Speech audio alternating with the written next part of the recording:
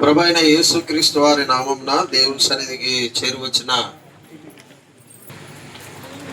సహోదరి సహోదరులందరికీ కూడా ప్రభువైన యేసుక్రీస్తు వారి నామమున వందనాలు తెలియజేస్తూ ఉన్నాను. అందరికీ కూడా మరొకసారి నూతన సంవత్సర శుభాకాంక్షలు. దేవుడు తన కృప వలన మనల్ని జ్ఞాపకం చేసుకుని మరొక సంవత్సర ప్రారంభంలో ప్రభు మనకిచ్చిన ఈ జీవాన్ని బట్టి, జీవముగలైన సన్నిధిని బట్టి దేవాది దేవుణ్ణి మనం ఎంత స్తుతించిన ఆయన రుణము మనము తీర్చుకోలేము. ఇలాంటి అనేక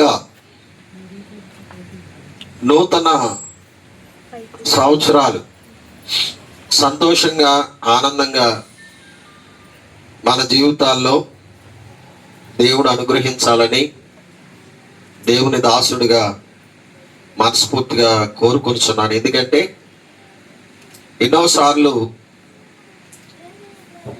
మరణకరమైన పరిస్థితులు, ఎన్నోసార్లు మనము ఊహించని పరిస్థితులు మన జీవితాల్లో మనము చవి చూడవలసిన పరిస్థితులు వచ్చి ఉన్నాయి. అయినా ఆయన కృపలో మనలను భద్రపరుస్తున్న దాన్ని బట్టి ప్రభువుని స్తుతిస్తూ ఉన్నాం. మన జీవిత దినాలు సుఖముగా, క్షేమంగా, ఆనందకరంగా ముందుకు సాగాలంటే ఏం చేయాలి? మన జీవిత దినాలు క్షేమంగా, సుఖంగా, సంతోషంగా మనం గడపాలంటే మనం ఏం చేయాలో దేవుని వాక్యంలో నుండి కొద్ది నిమిషాలు మనము జ్ఞాపకం చేసుకుందాం. యోబు గ్రంథము 36వ అధ్యాయం. యోబు గ్రంథము 36వ అధ్యాయం 10వ వచనము, 11వ వచనము, 12వ వచనాన్ని చదువుతున్నాను, గమనించండి. యోబు గ్రంథము 36వ అధ్యాయం 10, 11, 12. ఉపదేశము వినుటకై వారి చెవిని తెరవజేయును, పాపము విడిచి రండని ఆజ్ఞ ఇచ్చును.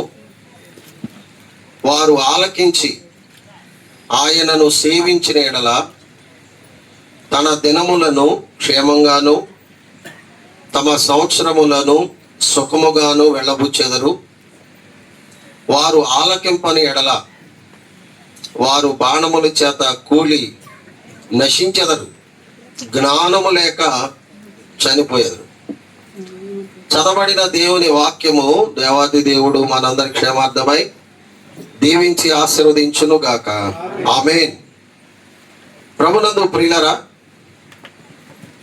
యోబు గ్రంథంలో 36వ అధ్యాయం 10, 11, 12 వచనాల్లో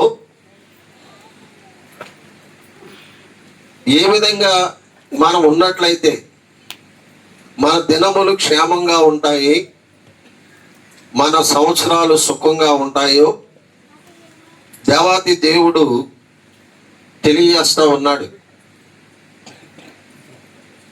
ఎలుహు యోబు గురించిన సందర్భములో ఈ మాటలు ప్రస్తావన చేస్తూ ఉన్నాడు. దాదాపుగా 34వ అధ్యాయము, 35వ అధ్యాయము, 36వ అధ్యాయము, 37వ అధ్యాయము కూడా ఎలీహు మాట్లాడుతూ దేవుని ఉన్నతమైన స్థితి, ఆయన భీకరత్వం, ఆయన గంభీరత్వం, ఆయన దయాళత్వం, ఆయన నీతి, ఆయన న్యాయం ఎంత గొప్పదో వివరిస్తూ ఆయన పట్ల, కఠినంగా ఉన్నవారి పట్ల దేవుడు ఎలాగో ప్రవర్తిస్తాడు అనే సంగతులు జ్ఞాపకం చేస్తూ ఉన్నాడు. అంటే యోబు జీవితంలో కొన్ని శోధనలు, శ్రమలు, ఇబ్బందికరమైన పరిస్థితులు వచ్చినప్పుడు ఆ సందర్భంలో దేవుడు అన్యాయస్తుడు కాదని, దేవుడు ఎవరికి కూడా అన్యాయం చేయడు అని ప్రస్తావన చేస్తూ వచ్చాడు. 34వ అధ్యాయము 10వ వచనంలో చెప్పాడు, విజ్ఞానము గల మనుషులారా నా మాట ఆలకించండి, దేవుడు అన్యాయము చేయుట అసంభవము, సర్వశక్తుడు దుష్కార్యము చేయుట అసంభవము. 11 నరుల క్రియలకు తగినట్లుగా ఫలము ఆయన వారికి ఇచ్చును, అందరికీ వారి వారి మార్గములను బట్టి వారికి ఫలమిచ్చును. దేవుడు ఏమాత్రమును దుష్కార్యము చేయడు, సర్వశక్తుడు న్యాయము తప్పడు. మనం చాలా సార్లు దేవుడు అన్యాయం చేశాడని, దేవుడు మన జీవితాల్లో కఠినంగా ప్రవర్తిస్తున్నాడని మనం చాలాసార్లు అనుకుంటాం. కానీ దేవుడు అన్యాయం చేయుట అనేది అసంభవం అంటే జరిగే సంఘటన కాదు అని. దేవుడు ఎవరికి కూడా అన్యాయముగా దుష్కార్యము చేయడు. వారి వారి క్రియలను బట్టి, వారి వారి ప్రవర్తనను బట్టి వారే అనుభవిస్తారు శిక్ష తప్ప, దేవుడు మనస్ఫూర్తిగా నరులను ఆయన శిక్షించడానికి ఏమాత్రం కూడా ఇష్టపడడు అని మనము దేవుని వాక్యములో జ్ఞాపకం చేసుకుంటా ఉన్నాం. ఈ ఉదయ కాలంలో మనము దేవుని సన్నిధిలో ఉండగా మన దినాలు, మన సంవత్సరాలు, మన జీవితాల్లో సంతోషంగా సమృద్ధిగా మనము జీవించాలంటే మన ప్రవర్తన ఎలా ఉండాలో, మన జీవిత విధానం ఎలా ఉండాలో చెప్పాడు. ఇప్పుడు రండి 36వ అధ్యాయము 10వ వచనంలో చెప్పాడు. చూడండి, ఉపదేశము వినుటకై వారి చెవిని తెరవజేయును, పాపము విడిచి రండని ఆజ్ఞయించును అన్నాడు. దేవుడు ఆజ్ఞాపిస్తున్నాడు ఏమనంటే పాపము విడిచి రండని ఆయన ఆజ్ఞయిస్తున్నాడు. ఎవరైతే ఆయన ఉపదేశానికి చెవిని తెరుస్తారో, ఎవరైతే ఆయన ఉపదేశాన్ని ఆలకిస్తారో, ఎవరైతే ఆయనను సేవిస్తారో వారు తమ దినాలు ఎలా ఉంటాయన్నాడు, క్షేమంగా ఉంటాయి, తమ సంవత్సరములు సుఖముగా వెళ్ళబుస్తారు అని చెప్పాడు. మనము నూతన సంవత్సరం పొందుకున్నామని సంతోషిస్తున్నాం, కానీ ప్రారంభంలో ఉన్నాం, ముగింపుకి ఇంకా 12 నెలలు ఉన్నాయి. ఈ 12 నెలలు మన జీవితము క్షేమంగా ఉండాలి, మన కుటుంబాలు సుఖంగా ఉండాలి అని దేవుడు కోరుకుంటున్నాడు, దేవుడు ఆశిస్తూ ఉన్నాడు. అందుకే ఆయన ఉపదేశం ఇస్తా ఉన్నాడు. ఏమని? పాపం విడిచి రండని ఆజ్ఞయిస్తున్నాడు అనే మాట చెప్పాడు. ఇక్కడ పాపము అనే మాట దగ్గరికి వచ్చినప్పుడు 2 విధములైన పాప స్థితులు మనం గమనిస్తాం. 2 విధాలైన పాప స్థితులు. యోహాను మొదటి పత్రిక 5వ అధ్యాయం 16వ వచనం చూడండి. 16వ వచనం, సకల దుర్నీతియు, మొదటి యోహాను పత్రిక 5:16, తన సహోదరుడు మరణకరము కాని పాపము చేయగా ఎవడైనను చూచిన ఎడల అతడు వేడుకొనును, అతని బట్టి దేవుడు మరణకరము కాని పాపము చేసిన వారికి జీవము దయచేయును. మరణకరమైన పాపము కలదు, అటు దాని గూర్చి వేడుకొనవలనని నేను చెప్పడం లేదు. సకల దుర్నీతి పాపం, అయితే మరణకరము కాని పాపము కలదు అన్నాడు. 16వ వచనములో ఎన్ని విధాలుగా పాప స్థితులు ఉన్నాయి అంటే మరణకరము కాని పాపం ఉన్నది. చెప్పండి, మరణకరమైన పాపం ఉంది. మరణకరము కాని పాపం, మరణకరమైన పాపం. ఏంటి రెండు వ్యత్యాసం అంటే, ప్రభుని నమ్మిన విశ్వాసి చేసే పొరపాటు, ప్రభుని నమ్మిన విశ్వాసి చేసే పాపం ఎటువంటిదంటే మరణకరము కాని పాపం. ఒక వ్యక్తి యేసు ప్రభుని మనస్ఫూర్తిగా అంగీకరించిన తర్వాత ఆ వ్యక్తి మరలా పాపంలో పడిపోవడానికి ఇష్టపడ్డు. కానీ తెలుసో తెలియకో పడిపోయినప్పటికీ ఆ వ్యక్తి నిమిత్తమై వేడుకున్నప్పుడు దేవుడు వారికి ఏమిస్తాడు అన్నాడు అంటే జీవము ఇస్తాడు. నా చేతిలో ఉన్న వారిని ఎవరు కూడా అపహరించలేరు అని చెప్పాడు యోహాను సువార్త 10వ అధ్యాయంలో యేసు ప్రభువారు. అంటే రక్షణ పోయేది కాదు, అలాగని పాపం చేయమని ప్రోత్సహించట్లేదు. ఒకసారి యేసు ప్రభుని నమ్ముకున్నవాడు మరణములో నుండి జీవములోనికి దాటిపోయాడు. అంటే వాడికి నరకం ఉండదు, కానీ పరలోకములోనే అవమానకరమైన పరిస్థితి ఉంటుంది. అందుకే భక్తుడు ఏమన్నాడంటే, కేవలం అగ్నిలో నుండి తప్పించబడినట్లుగా వారు తప్పించబడ్డారంతే, ఇక దేవుని దగ్గర వారికి ఏ ఘనత మహిమ దొరకదు. కాబట్టి విశ్వాసి చేసే పాపం ఏంటంటే మరణకరము కాని పాపం, అంటే నరకము వారికి ఉండదు.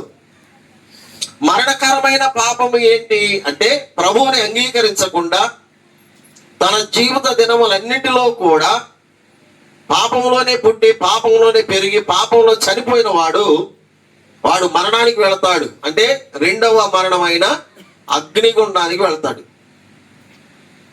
కాబట్టి ఈరోజు ప్రభు ఆజ్ఞాపిస్తున్నాడు ఏమనంటే, పాపాన్ని విడిచిపెట్టి రండి. ఒకవేళ నీవు ప్రభువుని నమ్ముకుని కూడా తప్పిపోతే, జారిపోతే, పడిపోతే, దేవునికి దూరం అయిపోతే దేవుడు ఏమంటున్నాడంటే మరలా తిరిగి లేచి రండి నా దగ్గరికి అని ఆయన ఉపదేశం ఇస్తూ ఉన్నాడు.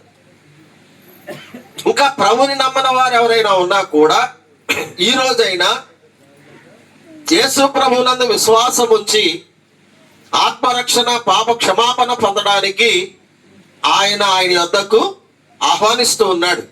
కాబట్టి రెండు విధాలుగా ఈ విషయాన్ని మనం అర్థం చేసుకోవాలి. యోబు దేవుని నమ్మినవాడా నమ్మనవాడా? మీరు చెప్పాలా? ఇప్పుడు యోబు గురించే ప్రస్తావన ఇక్కడ.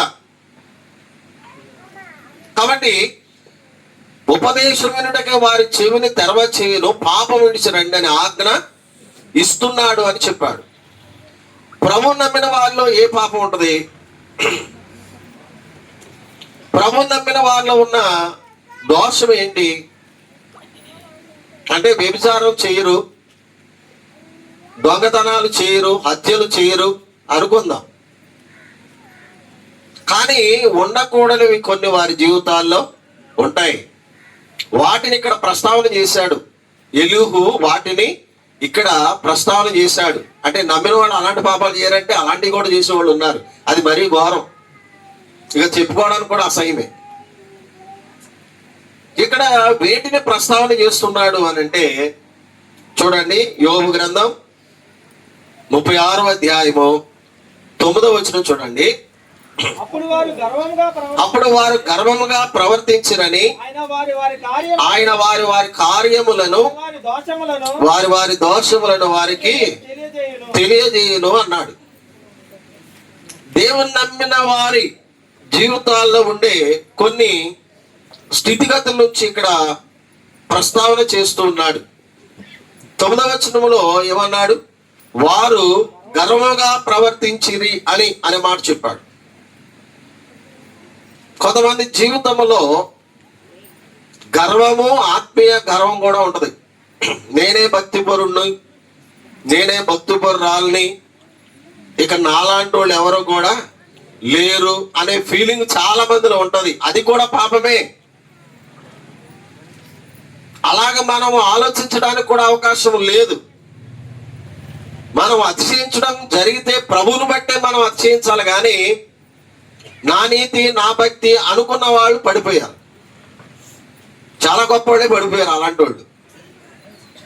మనం మానవ మాత్రలో మనం ఎప్పుడు ఎలాగ పడిపోతామో మనకే తెలియదు. కాబట్టి మనం ప్రతి క్షణము జాగ్రత్తగా ఉండాలి తప్ప నాకేంట్లే, నాకు తిరుగులేదు అని మన అభిప్రాయమే చెడ్డది. దాన్ని ఇక్కడ ఏమంటున్నాడంటే వారు గర్వముగా ప్రవర్తించిరని అనే మాట చెప్పాడు.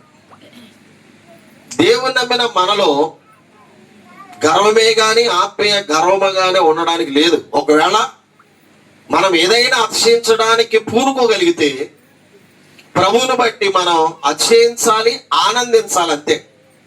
కొరింథీ మొదటి పత్రిక 1వ అధ్యాయం ఆఖరి వచనాల్లో ఆ మాటలు పౌలు గారే చెప్పాడు. కాబట్టి ఇక్కడ దీన్ని పాపంగా ప్రస్తావన చేశాడు. గర్వం అనేది పాపం. అసలు ఈ గర్వం అనేది ఎక్కడ పుట్టింది చెప్పండి? గర్వం అనేది ఎక్కడ పుట్టింది చెప్పరా? లూసిఫర్ ఎక్కడున్నవాడు చెప్పండి? దేవుని దగ్గర ఉన్నాడు. వాడు చేసిన పాపం ఏంటి? వాడు చేసిన పాపం ఏంటంటే హత్యలు, వ్యభిచారాలు, దొంగతనాలు ఏం చేయలేదు. వాడు హృదయంలో ఏం పెట్టుకున్నాడు చెప్పండి?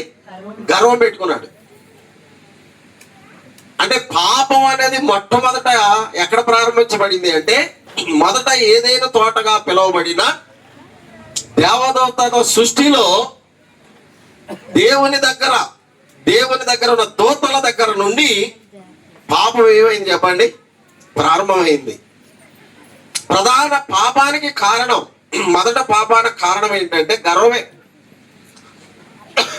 యెషయా గ్రంథం 14వ అధ్యాయంలో, యెషయా గ్రంథం 14వ అధ్యాయం మనం జ్ఞాపకం చేసుకున్నట్లయితే 12వ వచనం చూడండి.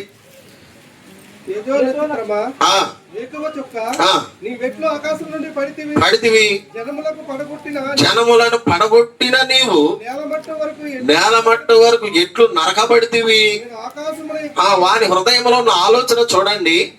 నేను ఆకాశమునకు ఎక్కిపోయేదను, ఆ దేవుని నక్షత్రములకు పైగా నా సింహాసనమును హెచ్చింతును, ఉత్తర దిక్కున సభా పర్వతం మీద కూర్చుందును, మేఘ మండలం మీద కెక్కుదును. ఆ మహోన్నతుడైన దేవునితో నన్ను నేను సమానముగా చేసుకుందును అని. అది వాడు చేసిన ప్రధాన మొదటి పాపం ఇదే, గర్వం. దేవునితో సమానుడుగా నాకు తిరుగులేదు, నాకు ఇక పోటీ ఎవరూ లేరు. నా స్థాయి ఎలా మారిపోయిందంటే దేవునికి పైగా నేను ఆ సింహాసనం వేసుకుంటాను అని తన హృదయములో గర్వించి అంత స్థితికి వెళ్ళిపోయాడు. దేవుడు అతనికి ఎంత వైభవించాడో తెలుసా? దేవుడు ఎంతో ఉన్నత స్థితిని ఇచ్చాడు. కానీ ఆ స్థితిని ఆ వ్యక్తి ఏం చేసుకున్నాడు చెప్పండి? పోగొట్టుకున్నాడు. దేవుడిచ్చిన ఆధిక్యతను పోగొట్టుకున్నాడు. దేవుడిచ్చిన ఉన్నత స్థితిని పోగొట్టుకుని అతడు పడద్రోయబడ్డాడు ఒక మూలకు అని దేవుని వాక్యములో మనము జ్ఞాపకం చేయబడుతున్నాం ప్రియులారా. కాబట్టి మొదటి యొక్క పాపాన్ని గురించి మనం ఆలోచన చేస్తా ఉన్నప్పుడు మొదటి సృష్టిలో దేవదూతల్లో ప్రధానుడైన లూసిఫర్ దగ్గర నుండి ఈ స్థితి అనేది ప్రారంభించబడింది. దేవుడు ఆ వ్యక్తికి ఇచ్చిన ఆధిక్యత ఎంత గొప్పదో మీరు గమనిస్తే ఎహెజ్కేలు గ్రంథము 28వ అధ్యాయం 13 నుండి నేను చదువుతున్నాను చూడండి. దేవుని తోటయగు ఏదేనులోను ఉంటివి అన్నాడు. ఇది ఏదేను అంటే భూమి మీద ఉన్న ఏదేను కాదు, ఇది పరలోకములో ఉన్న ఏదేను. మొదట ఏదేను. ఈ ఏదేను పడద్రోయబడిన తరువాతే భూమి మీద ఏదేను వనమును చేసి మానవుని చేశాడు దేవుడు. మొదట ఏదేనులో దేవదూతల సృష్టి, మనుషులు లేరు. దేవుని తోటయగు ఏదేనులో నీ ఉంటివి. మాణిక్యము, గోమేదకము, సూర్యకాంతమణి, రక్తవర్ణపు రాయి, సులిమాని రాయి, మరకతము, నీలము, పద్మరాగము, మాణిక్యము, అను అమూల్య రత్నములతోను బంగారముతోను నీవు అలంకరింపబడి ఉన్నావు. నీవు నియమింపబడిన దినమున పిల్లన గురువులు వాయించు వారు నీకు సిద్ధమైరి. అభిషేకమునందున కెరూబువై ఒక ఆశ్రయముగా నీ ఉంటివి. అందుకే నేను నిన్ను నియమించి తిని. దేవునికి ప్రతిష్ఠింపబడిన పర్వతం మీద నీ ఉంటివి. కాలుచున్న రాళ్ల మధ్య నీవు సంచరించుచుంటివి. నీవు నియమింపబడిన దినం మొదలుకొని పాపము నీ యందు కనబడి వరకు ప్రవర్తన విషయంలో నీవు యథార్థవంతుడుగా ఉంటివి అని చెప్పాడు. చూసారా, ఆ హృదయ గర్వము రాకముందు లూసిఫర్ దేవుని విషయములో ఎలాగున్నాడంటే అతని ప్రవర్తన అంతటిలో కూడా చాలా యథార్థంగా ఉన్నాడు. కానీ ఒక రోజు తన హృదయములోనికి దేనికి చోటు ఇచ్చాడు అంటే ఆ గర్వానికి చోటు ఇచ్చాడు. కనుక దేవుడు ఆ మొదటి ఏదేను తోటగా పిలువబడిన ఆ అమూల్యమైన స్థలములో నుండి లూసిఫర్ని ఏం చేశాడు చెప్పండి? గెంటి వేశాడు. ఆ రోజు నుండి ఈ రోజు వరకు సాతాను పని ఏంటంటే దేవునికి వ్యతిరేకముగా మనుషులను రేపటమే వాడి పని.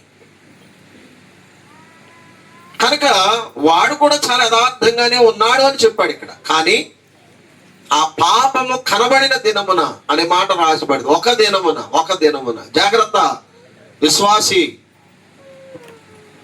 మనము కూడా ఈ విషయాలు చదువుతున్నప్పుడు దేవుని దగ్గర దేవునికి సమీపములో ఉన్న గొప్ప ప్రతిష్ఠించబడిన కెరూబుగా ఉన్న ఆ వ్యక్తి అలా పడిపోవడానికి కారణమైతే మనం ఏమాత్రం వారము, మనం ఏ పాటి వారము, మనం జాగ్రత్తగా ఉండాలి.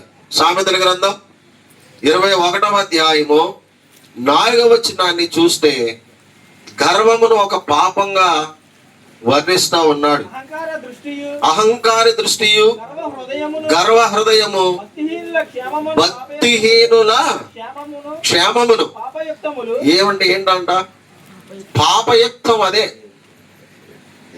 గర్వపు గల మనసే పాపం అని చెప్పాడు. సామెతల గ్రంథంలోని 16వ అధ్యాయం 5వ వచనం కూడా చదవండి. 16:5. దేవునికి అసహ్యమంట. దేవుని ఎదుట గర్వముగా ప్రవర్తించే వారిని దేవుడు అసహించుకుంటున్నాడు అనే మాట రాస్తూ వచ్చాడు. 24వ అధ్యాయం 23వ వచనం చదవండి. సామెతల గ్రంథంలోనే 24-23.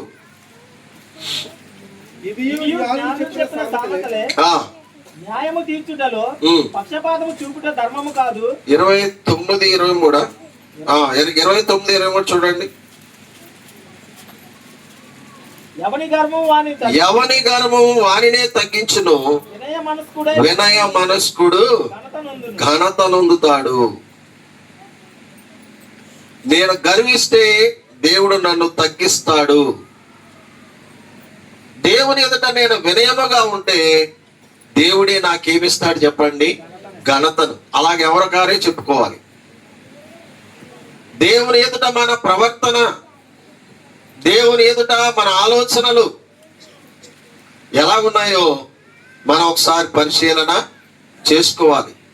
హిజ్కియా రాజును కూడా దేవుడు ఎంతో ఉన్నతంగా ఆశీర్వదించి హెచ్చించాడు. కానీ అతడు కూడా ఒకానొక సమయాన్ని ఏం చేశాడంటే హృదయంలో ఏం చేశాడంటే గర్వించాడు. కానీ ఉపదేశం విన్న హిజ్కియా ఏం చేసుకున్నాడంటే దేవుని ఎదుట మరలా తను తాను తగ్గించుకున్నాడు. అందుకే హిజ్కియా రాజు ముగింపులో దేవుడు అతన్ని మరలా ఘనపరిచినట్లుగా చూస్తున్నాం. దినవృత్తాంతాల 2వ గ్రంథం 32వ అధ్యాయం 26వ వచనం చదువుకుందాం. దినవృత్తాంతాల 2వ గ్రంథం 32వ అధ్యాయం 26వ వచనం. హిజ్కియా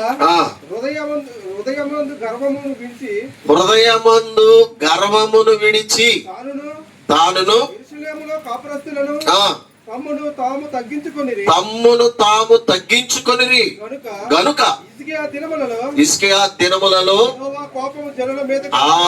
హిజ్కియా కోపం ఎవరి మీదకి రాలేదంట? దేవుడు హిజ్కియాను బాగా ఆశీర్వదించాడు. వెండి బంగారములు, అధికారం, ఘనత అన్ని ఇచ్చాడు. ఒక రోజున సిరియా దేశం నుండి అధిపతులు హిజ్కియా బలహీనంగా ఉన్నాడు, మరణకరమైన పరిస్థితుల నుండి తప్పించబడ్డాడు అని కొంతమంది వ్యక్తులను పంపించి పరామర్శించడానికి పంపిస్తే, ఇప్పుడు బలహీనంగా ఉన్న వ్యక్తి దగ్గరికి వచ్చినప్పుడు ఏం మాట్లాడుకోవాలి చెప్పాలి? ఏం మాట్లాడుకున్నారు? ఆరోగ్యం బాగుందా, చనిపోతారన్నారు, బ్రతికించాడు దేవుడు అని ఏదో దేవుని గురించి లేక దేవుని స్తుతించడము అలాంటి ముచ్చట్లు చెప్పాలా. కానీ ఈయన ఏం చేశాడంటే, వచ్చిన పరాయి రాజుల యొక్క వ్యక్తులను తన ధనాగారంలో తీసుకెళ్లి బీరువాలన్నీ ఓపెన్ చేసి, ఇదిగో ఇది ఫలానా, ఇది ఫలానా, ఇది ఫలానా, ఇది ఫలానా అని వాటిని చూపిస్తూ ఉన్నాడు. ఎవరు చెప్పండి? ఎవరు? మరణము నుండి తప్పించబడిన వ్యక్తి, దేవుడు నన్ను బ్రతికించాడు, దేవుడు నాకు ఆరోగ్యం ఇచ్చాడు, దేవుడు నాకు క్షేమం ఇచ్చాడు అని దేవుని గురించి మాట్లాడటం మానేసి తన గొప్ప, తన ఘనత, తన పేరు, తన ఆధిక్యతను ప్రదర్శించడానికి అక్కడ మాట్లాడినప్పుడు దేవుడు అన్నాడు, ఎవరు వచ్చారు, నువ్వేం చేశావు అంటే, నీకున్న ఆ స్థితిని బట్టి నువ్వేం చేస్తున్నావు, గర్విస్తున్నావు కనుక ఇవన్నీ కూడా ఆ శత్రురాజుని తీసుకుపోతారని చెప్పాడు. అంతే. అప్పుడు మరలా హిజ్కియా దేవుని సన్నిధిలో మోకరించి తను తాను తగ్గించుకుని ఏం చేశాడు చెప్పండి? ప్రార్థన చేశాడు. దేవుడు మనకి ఏ స్థితి ఇచ్చినా ఆ స్థితిని బట్టి దేవుణ్ణి ఏం చేయాలి చెప్పండి? మనము స్తుతించాలి. ఎంతటి వాడను నేను యేసయ్యా, ఇంతగా నన్ను హెచ్చించుటకు. దావీదు దేవుని సన్నిధిలో కూర్చుని, అయ్యా గొర్రెలు కాచుకునేవాడిని అయ్యా, అరణ్యములో ఉండేవాడిని అయ్యా, ఇంటిలో కూడా ఎన్నిక లేని కడసారి వాడనయ్యా, నన్ను ఇంతగా హెచ్చించి ఇశ్రాయేలు ప్రజలపైన రాజుగా నువ్వు నియమించావయ్యా, అసలు ఇంత ఆశీర్వాదం, ఇంత స్థితి పొందడానికి నేను, నా ఇంటి వారు ఏ పాటి వారు అయ్యా అని ప్రభు పాదాల దగ్గర నుండి ఏం చేస్తున్నాడు చెప్పండి? ప్రార్థన చేస్తా ఉన్నాడు. చెప్పారా ఎప్పుడైనా ఇలాంటి ప్రార్థన చేయగలిగారా? దేవుని హెచ్చించగలిగారా? మిమ్మల్ని మీరే హెచ్చించుకుంటున్నారో ఆలోచన చెయ్యండి. ఒకవేళ అలాంటి స్థితి ఉన్నట్లయితే మీ పాపాన్ని విడిచిపెట్టి రండి అని ప్రభు ఏం చేస్తున్నాడు? పిలుస్తూ ఉన్నాడు. రెండో మాట మనం చూడండి, 13వ వచనం, యోబు గ్రంథం 36:13. అయినను హృదయపూర్వకమైన భక్తి లేని వారు, లోపల హృదయపూర్వక భక్తి లేని వారు ఏముంచుకుంటారంట? క్రోధం. క్రోధం అంటే ఏంటి? కోపం కాదు, త్వరగా కోపపడతాం. ముక్కు మీద కోపం అంటారే ఏమండి? ముక్కు మీద కోపం అంటారు కదా, అదే అనమాట. చిన్నదానికి పెద్దానికి కై కై కై మళ్ళీ ఇస్తారు అనమాట. ఎవరి హృదయాల్లో ఉంటుంది అంటాడు ఈ క్రోధం అంటే? లోపల హృదయపూర్వకమైన భక్తి లేని వారు అన్నాడు. అంటే పైకి భక్తిగా కనబడొచ్చు, కానీ హృదయాంతరంగంలో ఏమి లేదు. చెప్పండి, అక్కడ ఉన్నమాట చెప్పండి. లోపల హృదయపూర్వకమైన భక్తి లేని వారు అని మాట చెప్పాడు. పైకి బాగానే ఉండొచ్చు, పైకి భక్తుల్లాగానే ఉండొచ్చు, కానీ లోపల క్రోధం ఉన్నట్లయితే దాన్ని కూడా పాపంగానే వర్ణిస్తున్నాడు. కొరింథీయులకు రాసిన 2వ పత్రిక 12వ అధ్యాయం 20వ వచనం చదివితే క్రోధమును ఒక పాపంగా రాస్తున్నాడు భక్తుడైన పౌలు. చూడండి, కొరింథీయులకు రాసిన మొదటి పత్రిక 12:20. అవయవములను అనేకములైనను 12:20 పత్రిక 2. ఎందుకనగా ఒకవేళ నేను వచ్చినప్పుడు మీరు నాకు ఇష్టలుగా ఉండరేమో అనియు, నేను మీకు ఇష్టడుగా ఉండనేమో అనియు, ఒకవేళ కలహమును, అసూయయు, క్రోధములను, కక్షలను, కుండెములను, గుసగుసలాడుటను, ఉప్పొంగుటలను, అల్లరులను ఉండినేమో అనియు నేను మరలా వచ్చినప్పుడు వచ్చినప్పుడు నా దేవుడు మీ మధ్య నా దేవుడు మీ మధ్య నన్ను చిన్నబుచ్చునేమో అని మునుపు పాపము చేసి తాము జరిగించిన అపవిత్రత జారత్వము పోకిరి చేష్టల నిమిత్తము మారు మనసు పొందని అనేకులను గూర్చి దుఃఖపడవలసి వచ్చినేమో అని భయపడుచున్నాను అని చెప్పాడు. కొరింథీ విశ్వాసులారా, నేను మీ దగ్గరికి రావడానికి సిద్ధపడుతున్నాను. నేను మీ వద్దకు వచ్చినప్పుడు మీరు నాకు ఇష్టలుగా ఉండాలి, నేను కూడా మీకు ఇష్టడుగా ఉండాలి అనంటే, ఒకవేళ మీలో కలహములు, అసూయలు, క్రోధములు, కక్షలు, కొండెలు, గొసగొసలు, ఉప్పొంగులు, అల్లర్లు ఉంటాయేమో అవి తీసివేసుకోండి. ఒకరిని ఒకరు క్షేమం పొందాలంటే, ఒకరిని ఒకరు సమాధానం కలిగి ఉండాలంటే, ఒకరి ద్వారా ఒకరు ఆనందము పొందాలనంటే ఈ లక్షణాలు మనలో ఉండకూడదని దేవుడు తన దాసుల ద్వారా మనతో మాట్లాడుతూ ఉన్నాడు. మనం చదువుకున్న వరుసలో క్రోధములు అనే మాట చెప్పాడు. క్రోధములు అనే మాట చెప్పాడు. ఇవి ఉండటం వలన సంఘములో సమాధానం ఉండదు, సంఘములో ఐక్యత ఉండదు, నీ మనసులో నెమ్మదే ఉండదు అని చెప్పాడు. కాబట్టి అవి లేకుండా ఉండడానికి జాగ్రత్త పడాలి అని చెప్పాడు. ఎఫెసీయులకు రాసిన పత్రిక 4వ అధ్యాయం 31వ వచనం కూడా మనం గమనిస్తే దాని గురించి ప్రస్తావన చేస్తూ ఇక్కడ ఏమన్నాడు? సమస్తమైన ద్వేషము, కోపము, క్రోధము, అల్లరి, సకలమైన దుష్టత్వం మీరు విసర్జించాలి. వాటిని విడిచిపెట్టాలని పౌలు జ్ఞాపకం చేస్తా ఉన్నాడు. గలతీయులకు రాసిన పత్రికలో కూడా 5వ అధ్యాయం 20వ వచనాన్ని మనం గమనించినట్లయితే ఏముంది? విగ్రహారాధన, అభిచారము, ద్వేషములు, కలహము, మత్సరములు, క్రోధములు, కక్షలు చూడండి ఎన్నో ఉన్నాయి.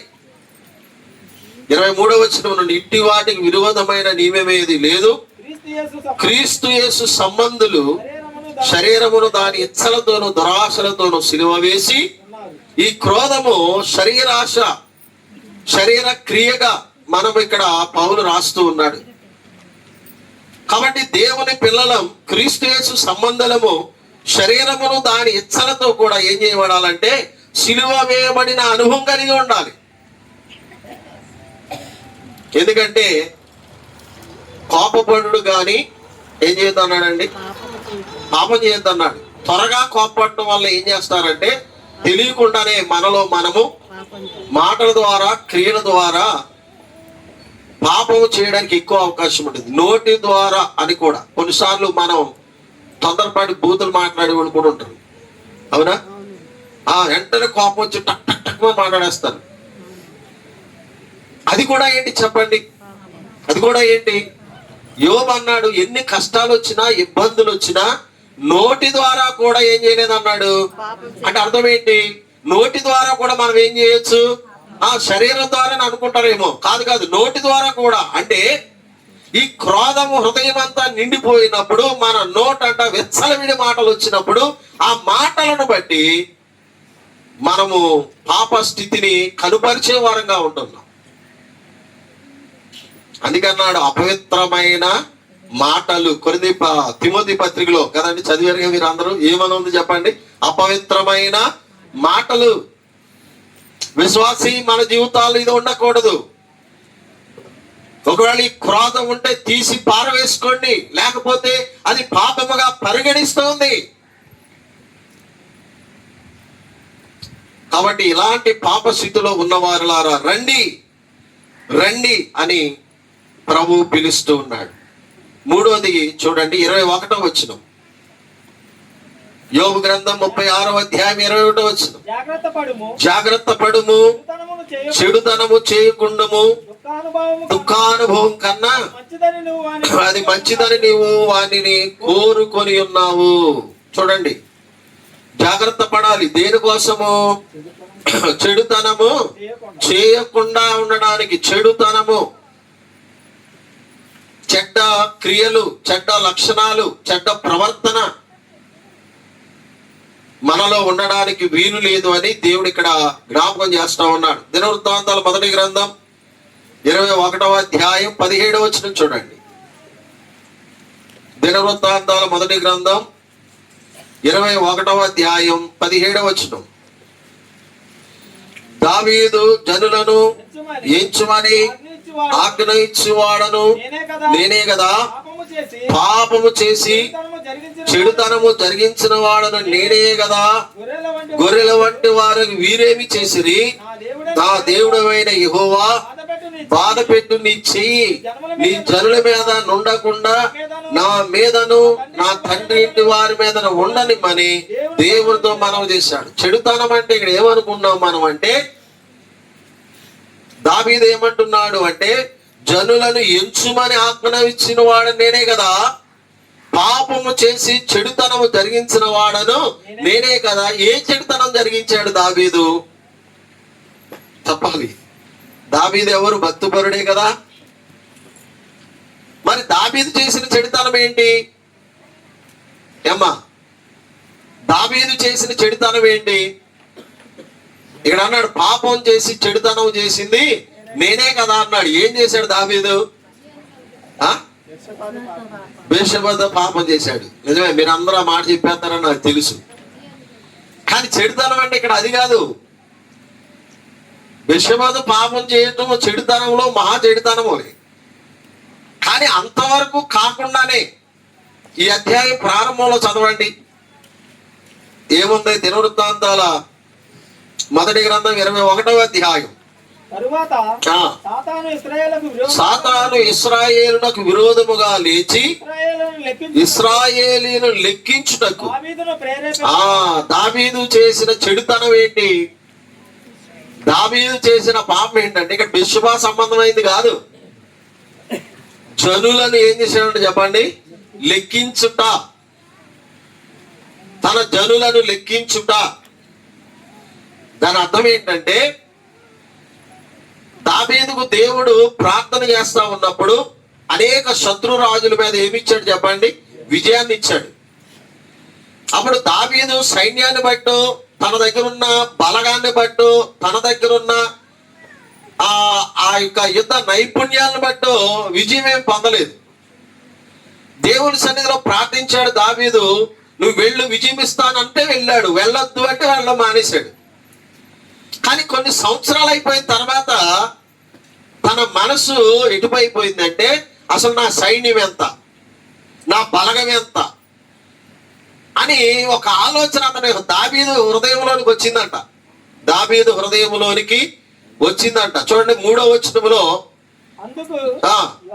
యోవాబు రాజా నా ఏలినవాడ యెహోవా తన జనులను ఇప్పుడున్న వారి కంటే 100 అంతలు ఎక్కువ మందిని చేయునుగాక, వారందరూ నా ఏలిన వాని దాసులు కారా, నా ఏలిన వానికి ఈ విచారణ ఎలా, ఇది జరగవలసిన హేతువేమి, జరిగిన ఎడల ఇశ్రాయేలీయులకు శిక్ష కలుగును అని మనవి చేసిన సైన్యాధిపతి అని యోవాబు దావీదుతో ఏమంటున్నాడంటే, దేవుడు నీ జనులను ఆశీర్వదించాడయ్యా, చాలా పెరిగారయ్యా, వారందరూ నీకు దాసులుగానే ఉన్నారు, విధేయులుగానే ఉన్నారు, ఇప్పుడు లెక్కించవలసిన అవసరం ఏముంది?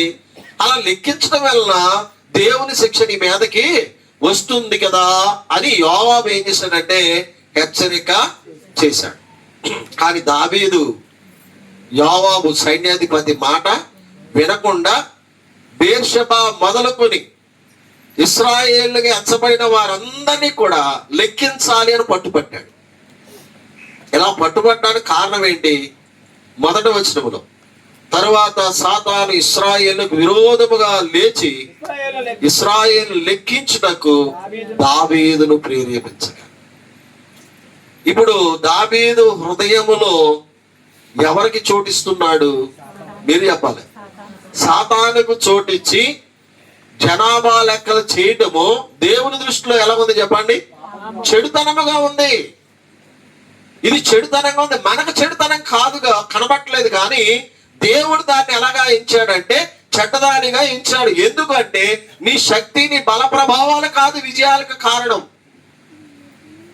ఈ శత్రురాజులందరినీ నీకు దాసులుగా ఇచ్చిన వాడను నేనే కదా అని మరి దేవుడు చెప్పాలనుకున్నాడు.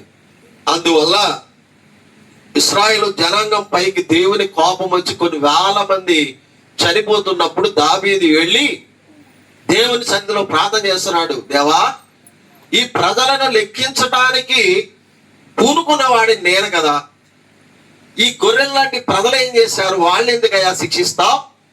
తప్పు చేసింది నేను, చెడుతనం చేసింది నేను, పాపం చేసింది నేను, నీ చిత్తానికి నీ ఆజ్ఞకు వ్యతిరేకంగా పని చేసింది నేనయ్యా.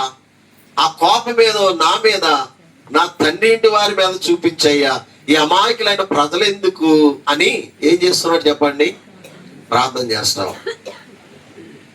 కాబట్టి దేవుని పిల్లలుగా మన జీవితాల్లో చెడుతనము అంటే అర్థం ఏంటంటే దేవుడు చెప్పనేది చేయటం, దేవుడి ఆజ్ఞకు విధేయత చూపించకపోవటం, దేవుని మాటకు లోబడకపోవటమే ఏంటి చెప్పండి? చెడుతనం. రోజులో లెక్కేసుకుంటే మనకి ఇన్ని ఉంటాయి. దావీదులో ఎన్ని కనబడ్డాయి చెప్పాలి మీరు? ఒక్కటే. కానీ మనం లెక్కేసుకుంటే రోజు కూడా దేవుని వాక్యానికి విరుద్ధంగా మనం ఎన్ని పనులు చేస్తూ ఉంటాము. మనం ఎప్పుడైనా ఆలోచన చేస్తా ఉన్నామా? వాటి విషయంలో పశ్చాత్తాపడుతున్నామా? నా దేవుని ఎదుట ఇలాంటి చెడుతనం నేను ఎందుకు చేస్తున్నానన్న దుఃఖం మన హృదయాల్లో కలుగుతుందా? ఒకసారి మనల్ని మనం పరీక్ష చేసుకోవాలి. ద్వితీయోపదేశకాండం 13వ అధ్యాయం 5వ వచనం. ద్వితీయోపదేశకాండం 13:5. నీవు నడవాలని నీ దేవుడైన యెహోవా నీకు ఆజ్ఞాపించిన మార్గములలో నుండి నీవు నడవవలనని నీ దేవుడైన యెహోవా నీకు ఆజ్ఞాపించిన మార్గములలో నుండి నిన్ను తొలగించినట్లు ఐగుప్తు దేశంలో నుండి మిమ్మల్ని రప్పించి నీ దేవుడైన యెహోవా మీద తిరుగుబాటు చేయుటకు మిమ్మును ప్రేరేపించిన గనుక ఆ ప్రవక్తలకేమి ఆ కళను కన్నవారికేమి మరణ శిక్ష విధింపబడెను. అట్లు నీ మధ్య నుండి ఆ చెడుతనం అంటే దేవునికి విరోధముగా లేవటం, దేవునికి విరోధంగా మాట్లాడటం, దేవునికి విరోధంగా క్రియలు చేయటం, అది ఏంటంటున్నాడు చెప్పండి? చెడుతనం.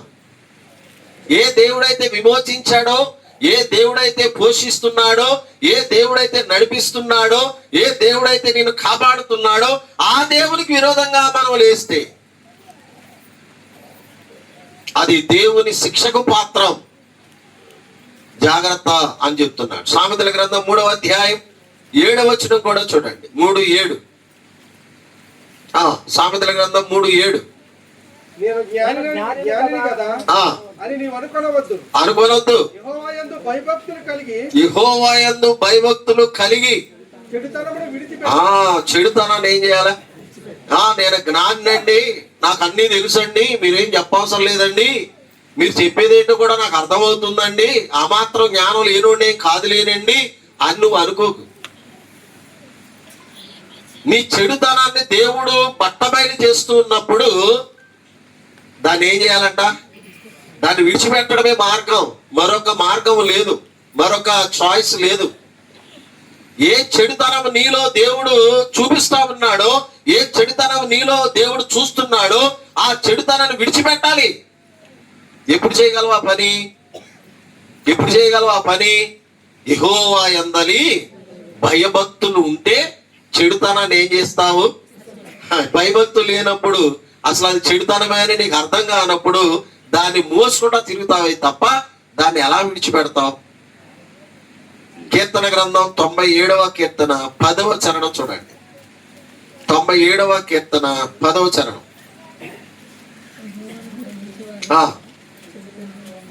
యెహోవాను ప్రేమించువారులారా చెడుతనమును అసహించుకొనిడి.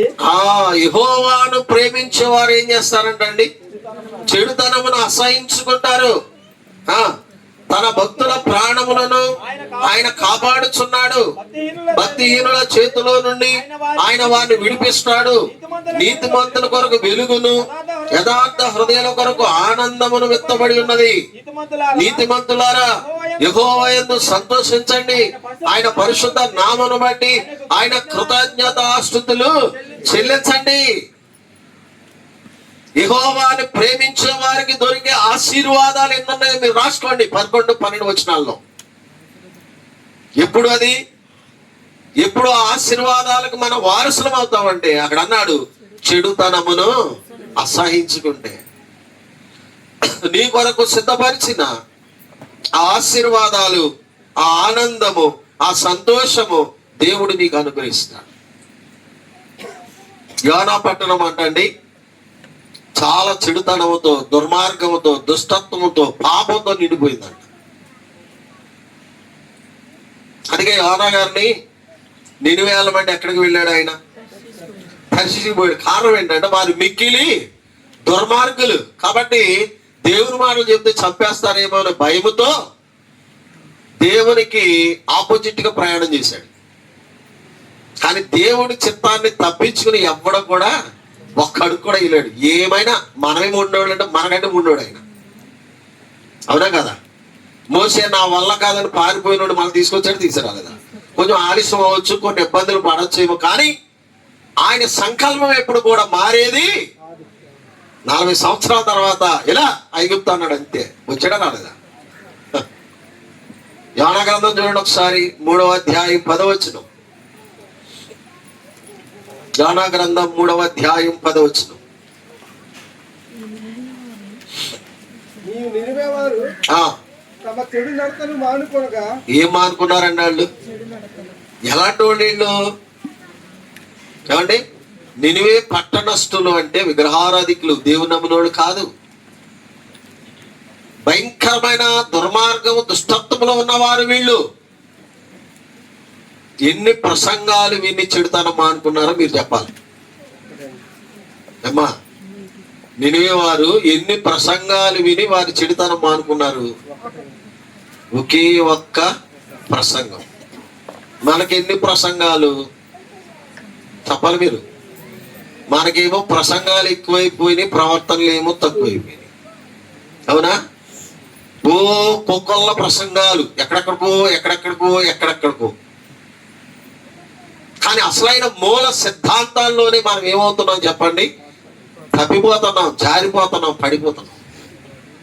ఒకే ఒక్క ప్రసంగానికి రాజు మొదలుకొని మరి పశువుల దాకా కూడా తగ్గించుకుని, చెడుతనం మానుకుని, గోని పట్ట కట్టుకుని, బూడిద వేసుకుని, ఉపవాసం ఉండి వాళ్ళు ఏం చేశారు చెప్పండి? ప్రార్థన. దేవుడు ఆ ఉగ్రతను ఏం చేశాడు చెప్పండి? తప్పించాడు. మీరు అంతకంటే, మనం అంతకంటే కఠిన హృదయాలు అయితే ఇక మనం చెడుతనం మానుకోవట్లేదంటే అర్థం ఏంటంటే నినివే వారి కంటే మనం మిక్కిలి. చెప్పాలి మీరు, ఆ మాట పూర్తి చేయాలి. ఎవరికన్నా వాళ్ళ ఒక్క ప్రసంగానికి అంత దిగిపోతే మనం ఇన్ని ప్రసంగాలు విని మనలో ఉన్న చెడుతనాన్ని తీసివేసుకోలేకపోతున్నామంటే మనం నినివే వారి కన్నా మిక్కిలి. ఈరోజు ప్రభు మనతో మాట్లాడుతున్నాడు. మీ చెడుతనము అనే పాపాన్ని విడిచిపెట్టి నా దగ్గరికి రండి. ఏమండి? మీ గర్వం అనే పాపాన్ని విడిచిపెట్టి, మీ క్రోధము అనే పాపాన్ని విడిచిపెట్టి, మీ చెడుతనం అనే పాపాన్ని విడిచి రండి అని ఆయన ఆగ్రహిస్తున్నాడు. ఈ ఉదయకాలం నీవు ఆలకించినట్లయితే, ఆయన ఉపదేశానికి నువ్వు చెవి తెరచినట్లయితే ఏమవుతుంది?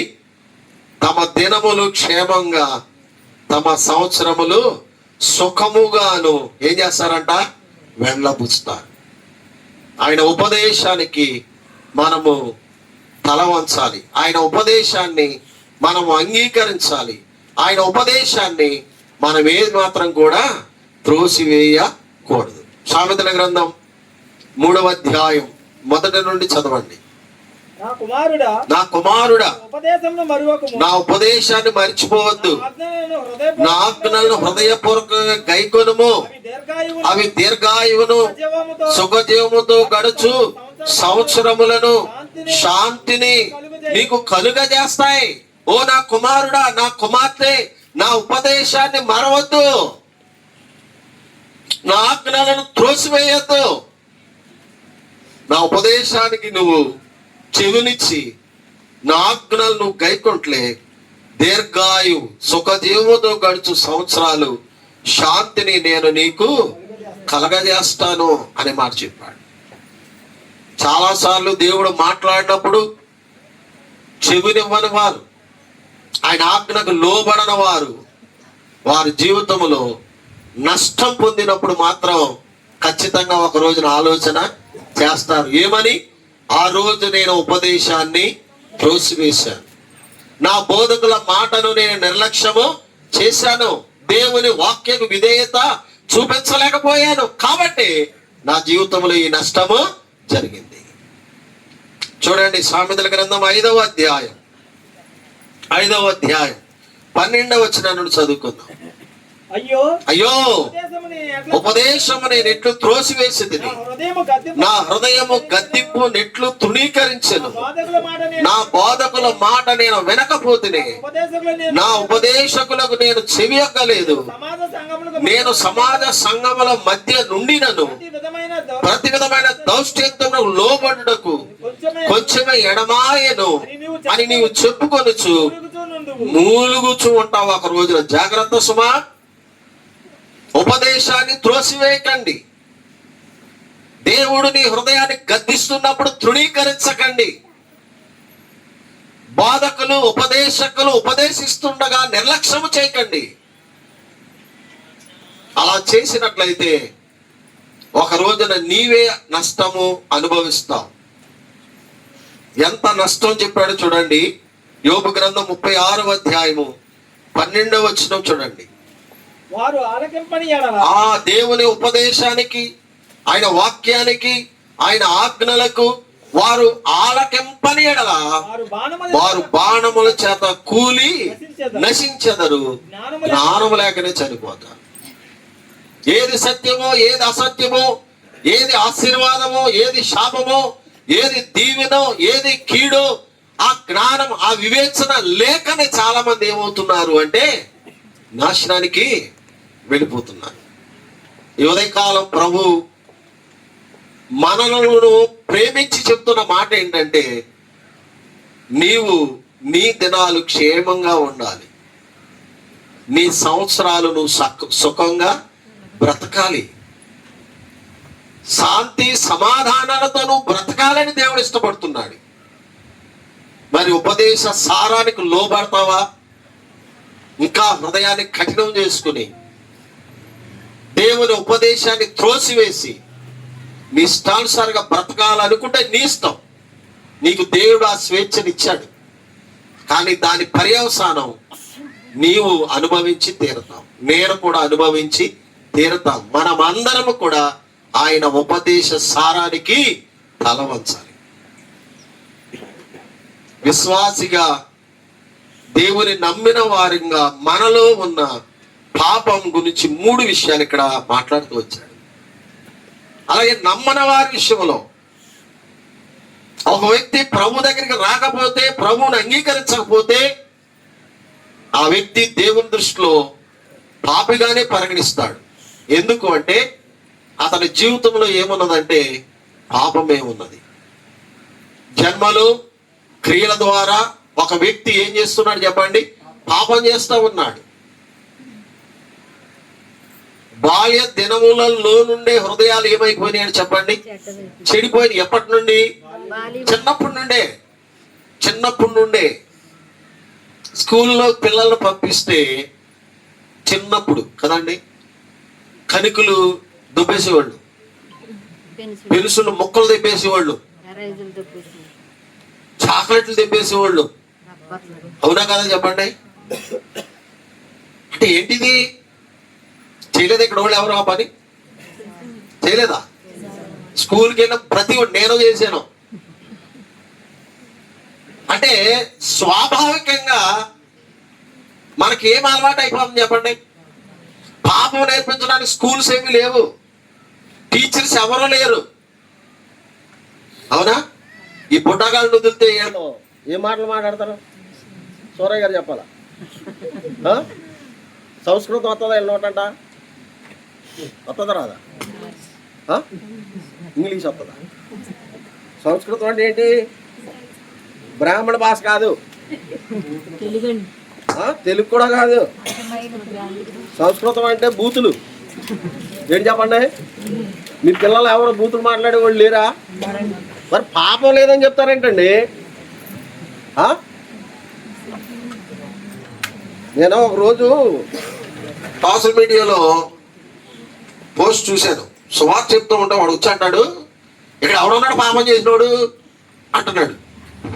పాపం వల్ల వచ్చి చేత మరణం అంటే అసలు మేము ఏ పాపం చేయలేదు అంటున్నాడు. మరి ఇవన్నీ ఏంటి చెప్పండి? ఇవన్నీ ఏంటి?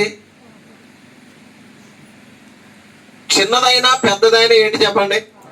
పాపం పాపమే, తప్పు తప్పే. ఒకటి చంపితే ఒకసారి ఉరేసి 10 మందిని చంపితే 10 సార్లు ఉరేస్తారా? ఒకటి చంపిన అదే ఊరే చెప్పండి, 10 మందిని చంపినా అదే ఊరి. పాపం నాకు శిక్ష అంతే. మరి పాపం లేదని ఎలా చెప్తావు? అలా చెప్పేవాడిని అర్థం ఏంటి? అసలు నువ్వు మనిషివే కాదని అర్థం. అంతేనా? నాలో పాపం లేదని ఎవడని చెప్తాడు మనిషే కాదు అసలు. మీరు ఏమని పెట్టుకునే అక్కడ. ఎందుకంటే ప్రతి మానవుని జీవితంలో స్వాభావికంగా పుట్టుకలో నుండే మనకి ఏ బుద్ధి వచ్చిందంటే మంచి బుద్ధులు రావట్లా, అన్ని చెడ్డ బుద్ధులే. ఎందుకంటే మన మూల పితరుడు పాపం చేశాడు, ఆ నైజం మొత్తం మనలోనికి. అవునా? ఇప్పుడు ఒక హెచ్ఐవి పేషెంట్ ఉన్నారనుకోండి, వాళ్ళ పుట్టే పిల్లలందరికి ఏమవుతుంది? ఆ పిల్లనే తప్పు చేయలేదు, తప్పు చేసింది తల్లో తండ్రో ఎవరో. వాళ్ళకి పాపం అంటుకుంది, ఆ రోగం అంటుకుంది. ఇప్పుడు వాళ్ళ పుట్టిన పిల్లలందరికి కూడా ఏమొస్తుంది? అదే రోగం వస్తుంది. ఆ పిల్లలు తప్పు చేయలేదు. కారణం ఏంటంటే ఆ జీన్లోనే ఆ స్వభావము. ఇప్పుడు డాక్టర్ దగ్గరికి వెళ్తే ఏమంటున్నారు? మీ నాన్నగారికి షుగర్ ఉందా? మీ తాతగారికి షుగర్ ఉందా? మీ తాతగారికి పెరాలసిస్ వచ్చిందా? మీ నాన్నగారికి హార్ట్ అటాక్ ఉందా అని అంటున్నారు. ఎందుకని చెప్పండి? వారసత్వంగా కొన్ని ఏం చేస్తున్నాయి? మనలోనికి వస్తా ఉన్నాయి, వారసత్వంగా వచ్చే రోగాలు. కానీ అన్నింటికంటే భయంకరమైన పాప రోగము మన మూల పితరు దగ్గర నుండి మనకు సంక్రమించింది. రోమాపత్రిక 5వ అధ్యాయము 12వ వచనం చూడండి. రోమాపత్రిక 5:12. ఇట్లుండగా ఒక మనుషుని ద్వారా పాపం ద్వారా మరణం లోకంలోనికి ఎలా ప్రవేశించినో అలాగుననే మనుషులందరూ. ఎందరూ అంటే మనుషులు అంటే ఇండియాలోనే ఉంటారా? ప్రపంచంలో ఉన్న ప్రతి వాడికి ఆ కోడ్, ఢీ కోడ్ అది. ప్రపంచంలో ఉన్న వాళ్ళందరికీ మనుషులందరూ పాపం చేస్తున్నందున మరణము. అమెరికా వాడు చచ్చిపోతున్నాడు, ఇండియా వాడు కూడా చచ్చిపోతున్నాడు, ఏ దేశం వాడని చచ్చిపోతున్నాడు. కారణం ఏంటంటే భేదము లేదు పాపానికి. కాబట్టి నాలో పాపం లేదని నువ్వు హృదయం కఠినం చేసుకోవద్దు. ఈ నూతన సంవత్సరములో మొదటగా ఆయన సువార్త నీకు అందిస్తా ఉన్నాడు. ఈ రోజైనా నీ హృదయం తెరిచి ఉపదేశానికి లోబడి నన్ను అంగీకరించినట్లయితే నువ్వు సుఖముగా శాంతిగా జీవిస్తావు అన్నాడు. ఎందుకంటే పాపాన్ని బట్టి నెమ్మది లేదు, పాపాన్ని బట్టి శాంతి లేదు, పాపాన్ని బట్టి సమాధానం మానవుడు కోల్పోతా ఉన్నాడు. ఇలాంటి మానవుని ప్రేమించి యేసు ప్రభు శాంతి సమాధానం అనుగ్రహించడానికి పరలోకములో నుండి లోకానికి దిగి వచ్చాడు. రక్షకుడు అనే పేరు మీద, యేసు అనే పేరున దిగి వచ్చి ఎన్నో అద్భుతాలు, ఆశ్చర్య మహత్కార్యాలు జరిగించి నా పాపముల కొరకై ఆయన సిలువకు వెళ్ళాడు. సిలువలో ఆయన రక్తాన్ని ధారపోశాడు. ఆయన చనిపోయాడు, సమాధి చేయబడ్డాడు, 3వ రోజున సజీవుడుగా తిరిగి లేచాడు. యేసుప్రభుని మనం ఎందుకు నమ్ముకోవాలంటే, యేసుప్రభు నమ్ముకోవడం వలన రక్షణ ఎందుకు కలుగుతుందంటే, ఆయన స్టిల్ ఇంకా బ్రతికి ఉన్నాడు, జీవముతో ఉన్నాడు, సజీవుడైన దేవుడు. నీ ప్రార్థన వింటాడు, నీ పాపాలు ఆయన క్షమిస్తాడు.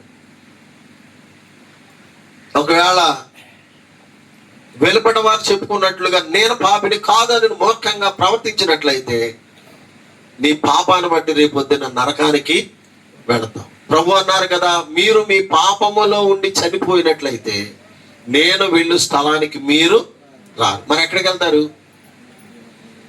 దుష్టులు దేవుని మరచి జనులు పాతాళానికి దిగిపోతారంట. మనం ఎక్కిపోతాం, వాళ్ళు ఏం చేస్తారు?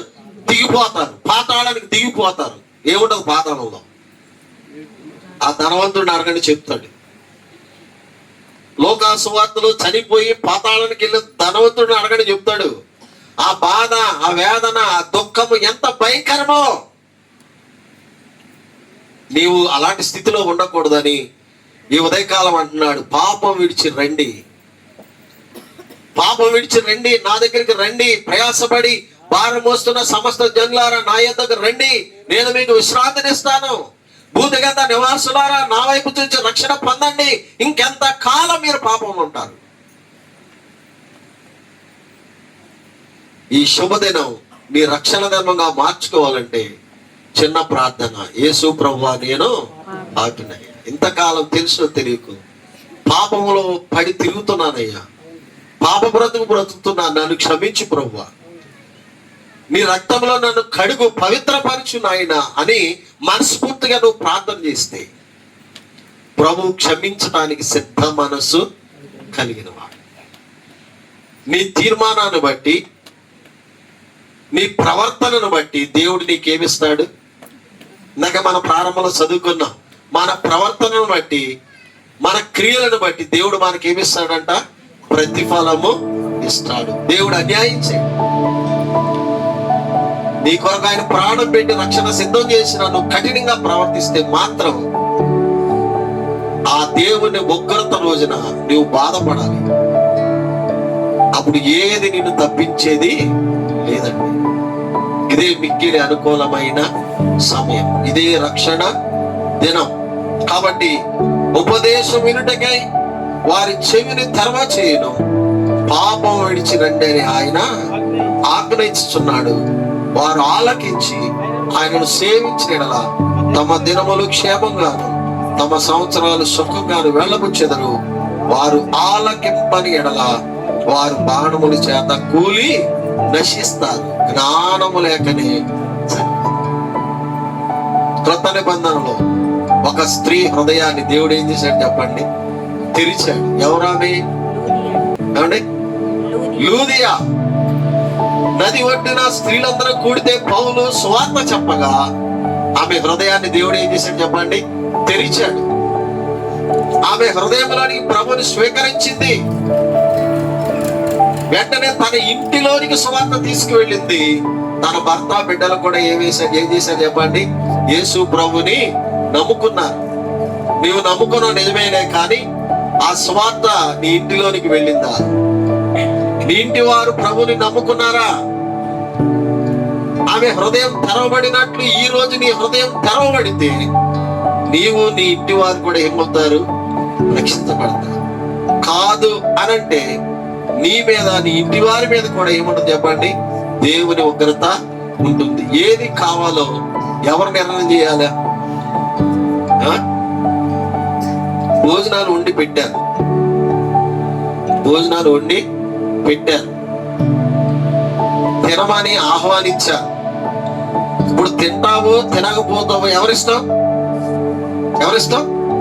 ప్రభు అన్ని సిద్ధం చేసి రక్షణని ఎదుట పెట్టాడు, పిలుస్తున్నాడు, రండి స్వీకరించండి, అంగీకరించండి అని. ఇక ఎవరిష్టం చెప్పండి? నీ నిర్ణయం పైన, నీ తీర్మానం పైనే నీ జీవిత దినాలు ముందుకు సాగుతాయి. రాత్రి మనం విన్నాం, ఒక మంచి తీర్మానముతో రూతు జీవితం ఏమైపోయింది? ఉన్నతంగా మార్చబడిపోయింది. ఇక్కడ కూడా ఉపదేశం వినడానికి వారి చెవిని తెరవ చేయనట్లుగా లూదియా హృదయము దేవుడు తెరిచాడు. ఆమె ఇంటి వారందరికీ వచ్చింది చెప్పండి? రక్షణ వచ్చింది.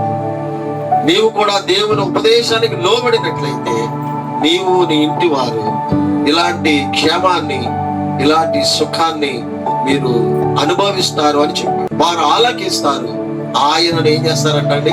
సేవిస్తారు. ఆ ఉపదేశాన్ని అంగీకరించి ఉపదేశానికి లోబడిన వారు ఆయనను ఏం చేస్తారంట? సేవిస్తారు. అంటే ఆరాధిస్తారు, ప్రార్థిస్తారు, పరిచర్య చేస్తారు, ప్రభు కొరకై జీవిస్తారు, ప్రభు కొరకై సమర్పిస్తారు. అలాగైతే నీ ఉద్దేశం ఏంటో, నీ నిర్ణయం ఏంటో, దానిపైనే నీ జీవితంలో నువ్వు పొందుకునే ఆశీర్వాదాలు ఆధారపడి ఉన్నాయని జ్ఞాపకం చేస్తూ ఈ మాటలు ముగిస్తా ఉన్నా. దేవుడు ఈ మాటలు మనందరి క్షేమార్థమై దీవించి ఆశీర్వదించునుగాక. అందరూ తలలు వంచండి, ప్రార్థన చేసుకుందాం.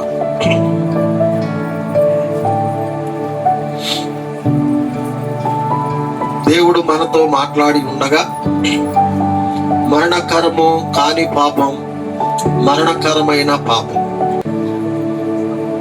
విశ్వాస జీవితంలో ఉండే పాపం మరణకరమైన పాపం, ప్రభుని ఇంకా అంగీకరించిన వారిలో ఉండే పాపం మరణకరమైన పాపం. రెండో ప్రమాదమే. పైకి మనం భక్తి భావాలు ప్రదర్శిస్తున్నామేమో, భక్తికి తగ్గ శక్తి లేకుండా ఉంటున్నామేమో. ఆలోచన చేసుకోండి, నిర్లక్ష్యము చేయకండి. దేవుని ఉపదేశానికి నువ్వు తలవంచకపోతే ఒక దినాన్న నువ్వు దుఃఖపడతావు, ఒక దినాన్న కన్నీరు కారుస్తావు, ఒక దినాన్న రోధిస్తావు, అయినా సహాయము దొరకక ఏడుస్తావు. జాగ్రత్త. ఆ ఉన్నతుడు, ఆ సమానుడు, ఆ తేజమయుడు, ఆ అద్వితీయుడు, ఆ అమరత్వము కలిగిన దేవుడు నీతో నాతో మాట్లాడుతున్నాడు. సర్వాధికారి అయిన దేవుడు మాట్లాడుతున్నాడు. మన హృదయాలు, మన జీవితాలు, మన ప్రవర్తన దేవుని అధికారానికి అప్పగించుకుందాం. దేవుడిచ్చే దీవెన ఆశీర్వాదాలు పొందుదాం. పరిశుద్ధుడా, ప్రేమమయుడైన తండ్రి, మీకు వందనాలయ్యా. ప్రారంభ దినములో, ప్రారంభ కూడికలో మీరు మాతో మాట్లాడినందుకు స్తోత్రాలు. మేము సుఖముగా ఉండాలని, మేము క్షేమంగా ఉండాలని, శాంతికరంగా బ్రతకాలని మీరు ఇష్టపడుతున్నారయ్యా. అలాంటి ఆశీర్వాదం పొందకుండా మమ్మల్ని ఏది అడ్డుకుంటుందో, ఏది అడ్డుపడుతుందో ప్రభువా, అది మా జీవితాల నుండి దూరపరచండి నాయన. నీకు ఇష్టమైన వారంగా మేము ఎల్లప్పుడూ జీవించడానికి మమ్మల్ని బలపరచునైనా, మమ్మల్ని మేము పరీక్ష చేసుకోవడానికి, పరిశోధించుకోవడానికి కృప దయచేయనైనా, మమ్మల్ని మేము మోసం చేసుకోకుండా నాయన. దావీదు అన్నాడు, దేవా నీకు ఆయాసకరమైన మార్గం ఏదైనా నాలో ఉందేమో అయ్యా, పరిశోధించయ్యా, నా హృదయాన్ని పరిశోధించయ్యా, పరీక్షించయ్యా అని ప్రార్థించాడు. నిజమే తండ్రి, మేము చాలా సార్లు పరిశోధించుకోలేకపోతున్నాం, పరీక్షించుకోలేకపోతున్నాం, హృదయాలు కఠినం చేసుకుని వెళ్ళిపోతున్నాం అయ్యా. అలవాటైపోయింది మాకు. దయతో క్షమించమని ప్రార్థిస్తున్నా. మా జీవితాలు మీకు అప్పగిస్తున్నాం, మా హృదయాలు మీకు సమర్పిస్తూ ఉన్నాం. ఆనాడు యెహోషువ తీర్మానం చేశాడు, నేను నా ఇంటి వారు యెహోవాను సేవిస్తాం. ఇలాంటి తీర్మానం ప్రతి వారు కలిగి ఉండడానికి కృపను అనుగ్రహించున్నాయన. ఈ ఉదయకాలం మీ సన్నిధికి వచ్చిన నీ బిడ్డల అందరినీ దీవించండి ప్రభువా. నూతన ఆశీర్వాదాలతో నింపండి ప్రభువా. ఈ నూతన సంవత్సరంలో నూతన కార్యాలతో తృప్తిపరచండి ప్రభువా. వారు ఏదైతే నిర్ణయం చేసుకున్నారో కడ వరకు నిలబడి మీ నామాన్ని ఘనపరచగలిగే కృపనివ్వండి. 2026లో ఎక్కడ ప్రమాదాలు పొంచి ఉన్నాయో, ఎక్కడ దుష్టుడు పొంచి ఉన్నాడో ప్రభువా, ఆ కీడుల నుండి, ఆ పాపము నుండి, ఆ అభద్రత నుండి మమ్మల్ని దూరపరచున్నాయన. నీ హస్తాలలో భద్రపరచుమని ప్రార్థన చేస్తా ఉన్నా. బేతేల్ క్రిస్టియన్ అసెంబ్లీ సహవాసమును ప్రభువా మీరు విస్తరింప చేయండి. ఇంకా అనేక స్థలాల్లో మీ పరిచర్య జరగడానికి కృప దయచేయండి. మీ సిలువను మోసుకుని వెళ్ళడానికి సహాయం చేయండి ఆయన. ఇక్కడ ఉన్న స్థానిక సంఘం, జంగారెడ్డిలో, మంగిశెట్టులో సంఘాలను కూడా దీవించండి అయ్యా. నూతన ఆత్మలు మాకు అనుగ్రహించయ్యా, నూతన పరిచర్యను మాకు అప్పగించయ్యా. నాయన నూతన సంవత్సరంలో ఘనమైన నీ కార్యాలు మేము చేయటానికి మమ్మల్ని బలపరచండి. మాకు ఐక్యత ఇవ్వండి, ప్రేమ ఇవ్వండి, సమాధానం ఇవ్వండి. కలిసి మిమ్మల్ని సేవించడానికి మా మనస్సులు అప్పగించుకోవడానికి కృప దయచేయండి. దుష్టుడి క్రియలు, అపవాది క్రియలు దూరపరచమని ప్రార్థిస్తున్నాను. అనారోగ్యాలతో ఉన్న వారిని దర్శించండి ప్రభువా. కావలసిన క్షేమాన్ని కలిగి చేయండి. ప్రతి వారి అవసరతలు తీర్చండి అయ్యా. ముందు నా పరిచర్యలో మాకు సహాయం చేయమని యేసు ప్రభు వారి నామమున ప్రార్థన చేసి వేడుకొనుచున్నాము ప్రీతి. ఆమేన్. ప్రభునందు ప్రియులారా, ఈ ఉదయకాలం దేవుడు నాతో మాట్లాడు